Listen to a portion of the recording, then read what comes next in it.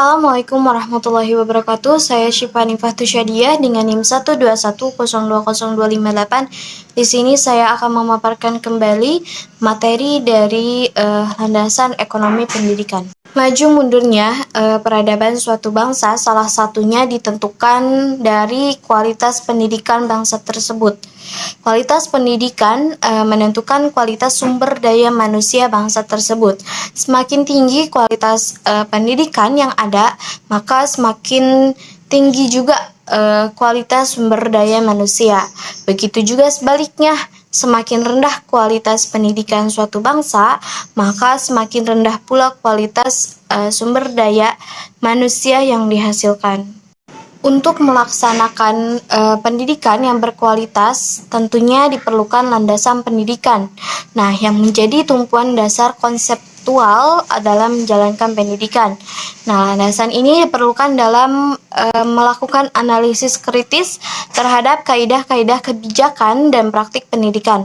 Tanpa landasan, praktik pendidikan tidak akan jelas arahnya. Terdapat beberapa landasan yang dapat dijadikan sebagai titik tumpu dalam melakukan analisis kritis terhadap kaidah-kaidah dan kenyataan dalam rangka membuat kebijakan dan praktik pendidikan.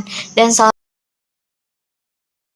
sebelumnya kita harus mengetahui apa itu landasan ekonomi dan apa urgensi sebagai landasan pendidikan dan apa hubungan antara ekonomi dan pendidikan. Adapun pengertian landasan ekonomi, landasan adalah dasar, tumpuan, atau tempat dimulainya suatu perbuatan. Sedangkan ekonomi berasal dari bahasa Yunani, yaitu okos dan nomos. Oikos berarti rumah tangga, dan nomos berarti tata, aturan.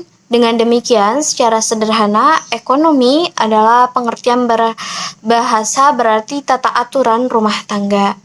Peran ekonomi cukup menentukan di dalam dunia pendidikan. Menurut Made Pradarta, bahwasannya faktor yang paling menentukan dalam pendidikan adalah dedikasi, loyalitas, keahlian, dan keterampilan, pengolahan, dan pendidikan tiap lembaga pendidikan.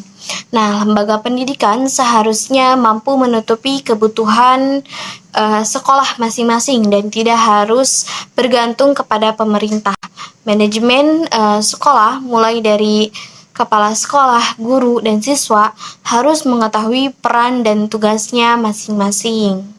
Jadi, landasan ekonomi adalah suatu hal yang membahas peran ekonomi, fungsi ekonomi, efisiensi, dan aktivitas biaya dalam pendidikan. Asumsi-asumsi yang menjadi pijakan dalam berproduksi dalam rangka praktek pendidikan atau studi pendidikan. Landasan ekonomi ini membahas peran ekonomi, fungsi ekonomi, dan produksi, dan efisiensi dan efektivitas pembiayaan. Landasan ekonomi memberi perspektif tentang potensi-potensi manusia, keuangan materi, persiapan yang mengatur sumber keuangan, dan bertanggung jawab terhadap anggaran pembelajaran. Selanjutnya yaitu urgensi ekonomi sebagai landasan pendidikan. Dengan adanya pendidikan, sumber daya manusia jauh lebih siap menghadapi dan lebih cepat memahami perubahan yang ada di dunia kerja. Nah, semakin tinggi tingkat pendidikan suatu penduduk negara, maka akan mengakibat semakin tinggi pula tingkat pertumbuhan ekonominya. Selanjutnya yaitu hubungan dan peran ekonomi terhadap pendidikan.